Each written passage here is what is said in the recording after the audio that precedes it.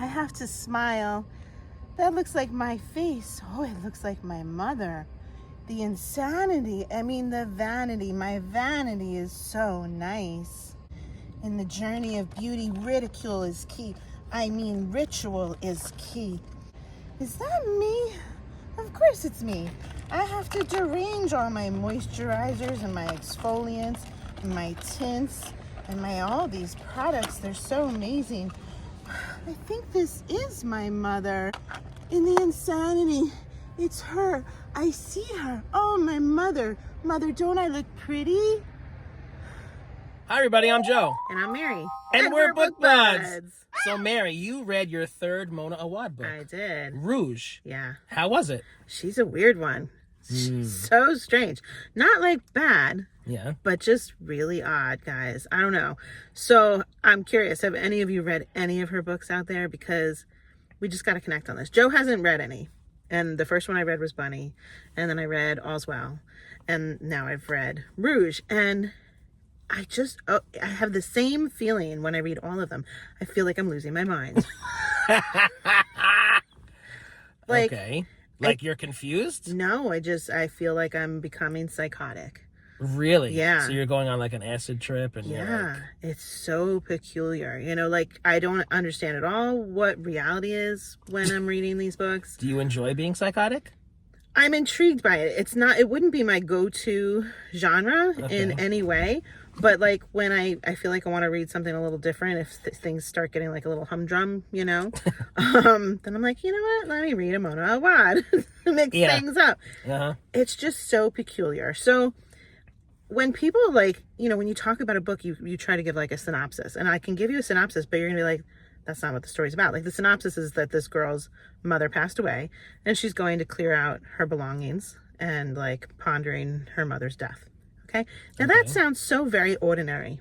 Okay. Yeah. But that's really not what this book is. I've read so many books when somebody passes away and they're clearing out the stuff. And it turns into a romance because you meet the boy next door.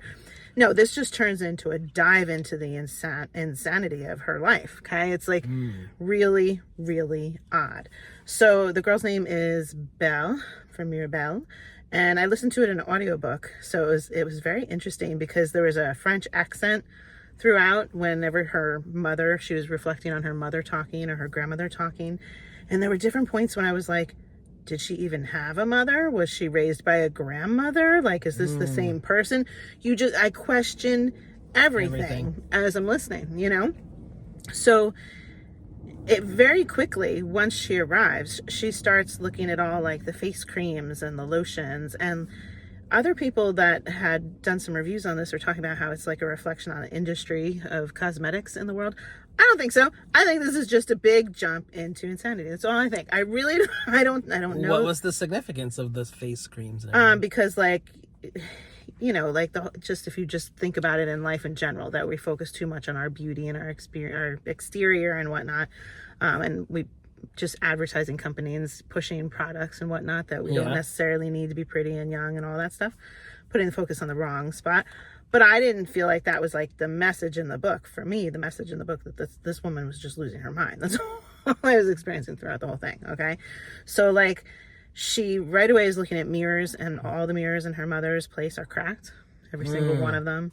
That's cool. Yeah, there was a time when she was young that there was a special mirror in her mother's room that the mother took down, and she found it in the mom's closet, and it was turned faced away, and she turned it around and had a crack in it, and she got lost in the mirror. This is really weird. Okay, she gets lost in the mirror, and she the girl, when she's like 8 years old, Belle. Okay, she's like just like zoned into it. Okay, and she's like just in her brain with this mirror. And she starts seeing the image of another person there, and it's Tom Cruise.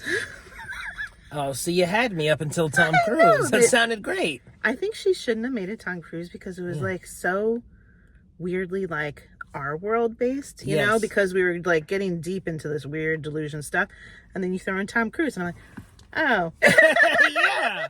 That's odd. But he's like, don't call me that. My secret name is something else. So it was something with an S, like Sven or something. I can't remember what it was. Well, Tom Cruise is a weirdo, so.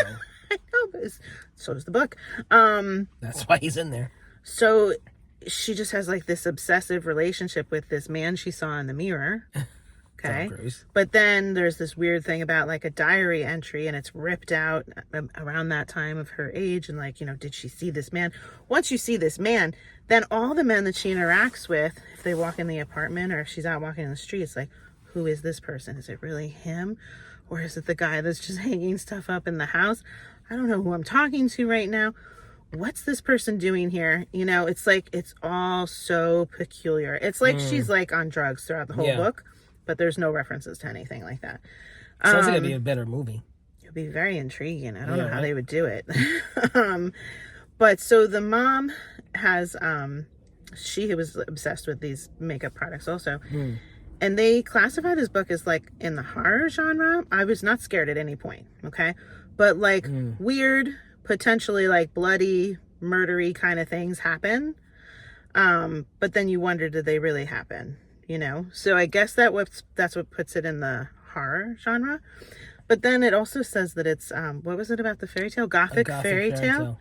There's nothing fairy tale about it. Maybe gothic, like, I don't know how to classify this book. It's just so odd. How was her relationship with her mother?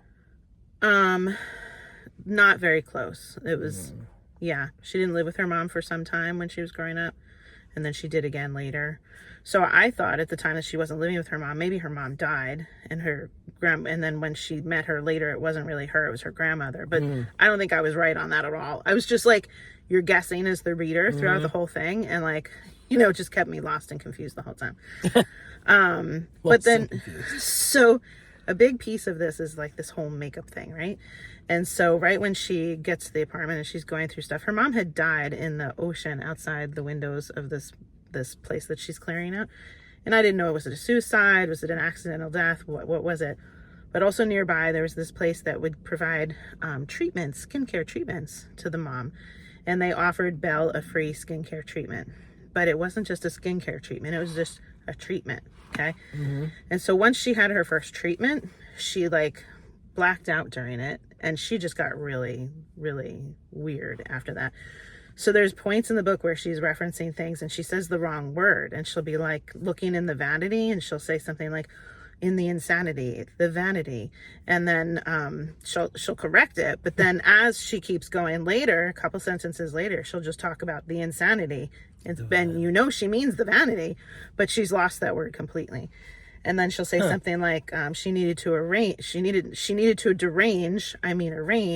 things on the counter, And each time that the word substitution happens, it's like a potentially negative word that she's saying by accident.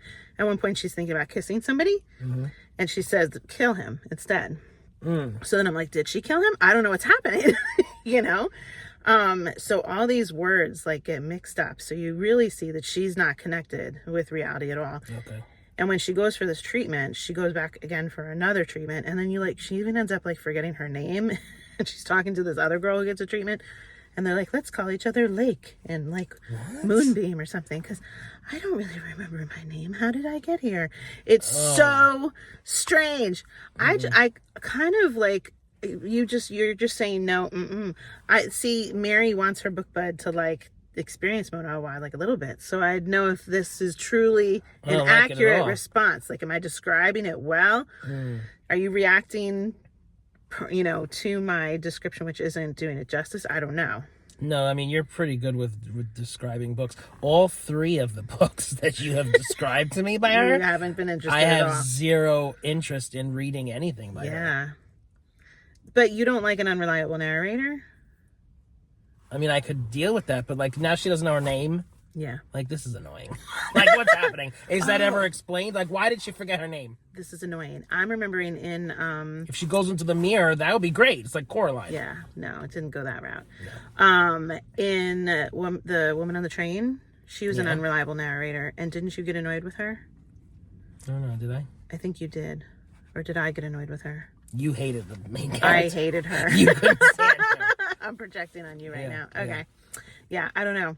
I don't know like who to recommend this to. I just when I first heard about Bunny, I heard about it in a YouTube video, and the person was like, I really don't know what to say about this book, and like just their reaction to like, wow, this was really weird, is what made me want to read it, But my description of, wow, this is really weird, makes you go, I don't want to read that. Yeah. Right? Yeah, completely. So funny. So will you read more by her? I think so, slowly. Like, I'm not going to, like, ingest, like, everything she writes as soon as it comes out. But one a year, I think, you know, if she ends up writing more than one a year, I don't know that I'd read more than one a year. Are there more for you, like, right now? I think there's one. But the one that I didn't read, I think, is her first one. And it's about an experience where this person has an eating disorder. And I don't know if it's written in the same manner or if it's totally different. I think that was her debut novel, but I'm not sure. I didn't do all my research on that. Okay. So I haven't read that one. So if anybody's listening that has read that one, let me know what that one's about and if I should read it or if I should just wait for like another new peculiar one to come out. I'm curious about that. Yeah. Yeah. Interesting. Mona Awad. Mona Awad. So does this description make you guys go, ugh, like Joe, or are you intrigued? Let us know. I'm curious. If you're enjoying Book Buds, give us a thumbs up. And share us with your friends. And subscribe to our channel. Book Buds! Did you read this book? Let's chat about it. Okay, ready? Read, yes. What do I say? Hi, everybody. I'm Joe. Thanks. No problem. Hi, everybody. I'm Joe. What? I'm here for you. Forgot my line. Mother, don't I look pretty? Okay, now you're going to look at me and laugh. Are you ready? Did you do something? Yes. Can I look? Yes. Very good. All right, so let's pose for a picture. How fun is that?